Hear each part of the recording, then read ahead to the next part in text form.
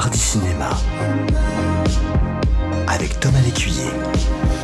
Chaque mardi, retrouvez un aperçu des nouvelles sorties cinéma de la semaine. Nous vous dévoilons les films incontournables à ne pas manquer, ainsi que les coups de cœur de Thomas Lécuyer. Bonjour Thomas Lécuyer. Salut Philippe. Comment ça va ce matin? Ça va très bien, et vous? Merci. Oui, ça va bien. Merci d'être avec nous. Et on commence avec ce premier film, Une autre vie que la mienne, à retrouver dès demain dans les salles obscures. Oui, un drame polonais et poignant signé Małgorzata Zumowska. Le film nous raconte l'histoire d'Andrzej, bon mari, jeune père dans une petite ville de Pologne. Andrzej, il est de plus en plus mal à l'aise dans son corps. Il tente de trouver sa véritable identité, cachée au fond de lui depuis des années dans un pays passé en 3 décennies du communisme au capitalisme. Vous l'aurez compris, Philippe, Une autre vie que la mienne, c'est le portrait d'une femme transgenre à travers les mutations politiques et sociales de la Pologne, l'histoire de quelqu'un à qui on a interdit d'être soi-même pendant des années. Très beau film, donc à voir au cinéma cette semaine, dès demain, dans les salles obscures. Autre film qui sort aussi sur les écrans cette semaine, Le Fil. Oui, rendez-vous avec Daniel Auteuil qui repasse devant et derrière la caméra avec ce nouveau film qu'il a réalisé. Il a déjà réalisé plusieurs films, Daniel Auteuil, notamment une trilogie autour de Marcel Pagnol et une comédie de boulevard totalement ratée qui s'appelait Amoureux de ma femme en 2018. Cette fois-ci, il repasse donc derrière la caméra pour signer un implacable film de procès dont l'issue finale vous glacera le sang. Philippe, le film est adapté du livre de Maître Mot, c'est un recueil autobiographique de l'avocat Jean-Yves Moyard, et il apparaît tout d'abord un peu classique, ce film. Pendant la première heure, on est vraiment dans un classicisme parfois un peu ennuyant, même si l'interprétation de Daniel Auteuil est évidemment très très juste, et puis petit à petit, on se rend compte que, en fait, Daniel Auteuil préfère s'en tenir à une mise en scène très discrète pour donner toute la place à la force de cette histoire. La dernière demi-heure est tout simplement glaçante, on est scotché sur notre siège, scotché devant l'écran. La vie de cet accusé ne tient qu'à un fil, celui de la conviction profonde de son avocat. Ouais. Mais cette conviction, elle, à quoi se raccroche-t-elle? Le final est très très très fort, Daniel Auteuil est impeccable, et Grégory Gadebois, qui joue l'accusé, prouve une nouvelle fois qu'il est un immense acteur.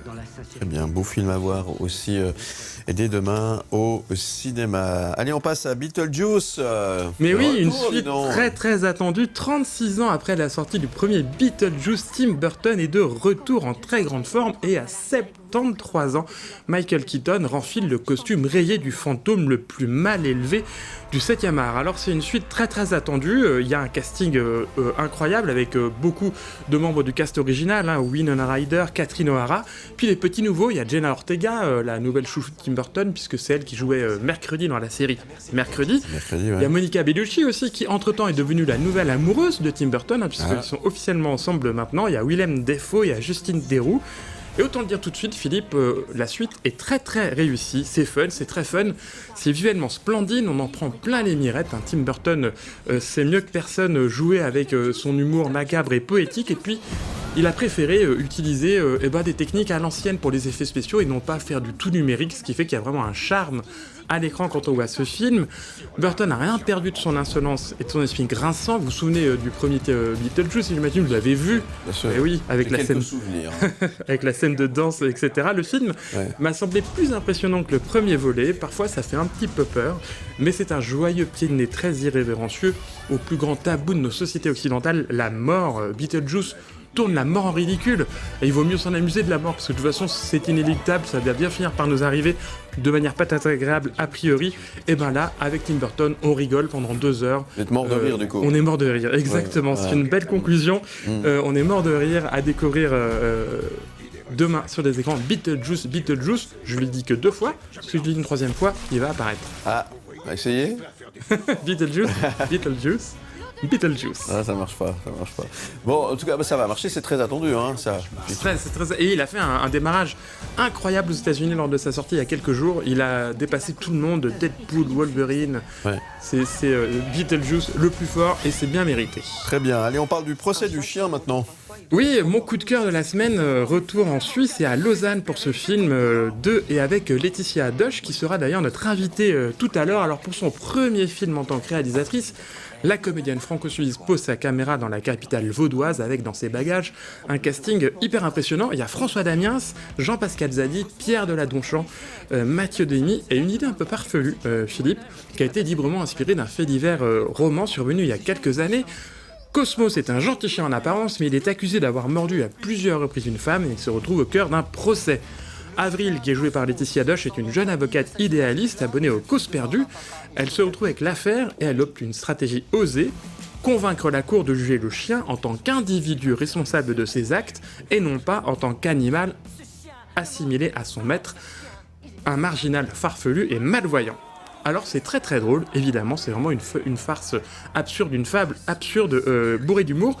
C'est assez court comme film, mais c'est aussi un film qui aborde plein de sujets complexes, notamment sur le rapport entre l'homme et la nature, entre l'homme et la justice, sur l'emballement médiatique, sur le poids de la justice face à l'opinion publique, sur la convergence des luttes, et il y a même un propos féministe engagé tout au long de cette comédie que l'on découvre avec plaisir. C'est un ton unique et décalé qui va bien à l'univers de cette comédienne et elle arrive à capter les travers et les enjeux de notre époque avec beaucoup d'acuité et un ton unique. Bref, c'est très drôle. Le film a un caractère bien trempé comme son actrice et comme sa réalisatrice et on en parlera tout à l'heure avec elle. Et ça se passe à Lausanne. Et ça se passe à Lausanne. Ça fait bizarre de voir, on reconnaît 2-3 endroits. Non, justement, Laetitia Dosch nous racontera un petit peu ce tournage lausannois et pourquoi elle a choisi la ville de Lausanne pour tourner ce film. Parce que c'est le centre du monde, hein. C'est pour ça ? Oui. On en parlera donc tout à l'heure. Et puis, nous recevrons également l'organisateur d'un événement incontournable. Et oui, nous recevons le directeur du FFFH, Festival français du film d'Helvétie de Bienne, qui commence demain. Le cinéma français va envahir la Suisse alémanique. Enfin, Suisse alémanique, Bienne est une ville bilingue, mais... ça dépend de quel côté on est, oui. Voilà, Christian Kellenberger sera notre invité dans quelques minutes. Aime le média ?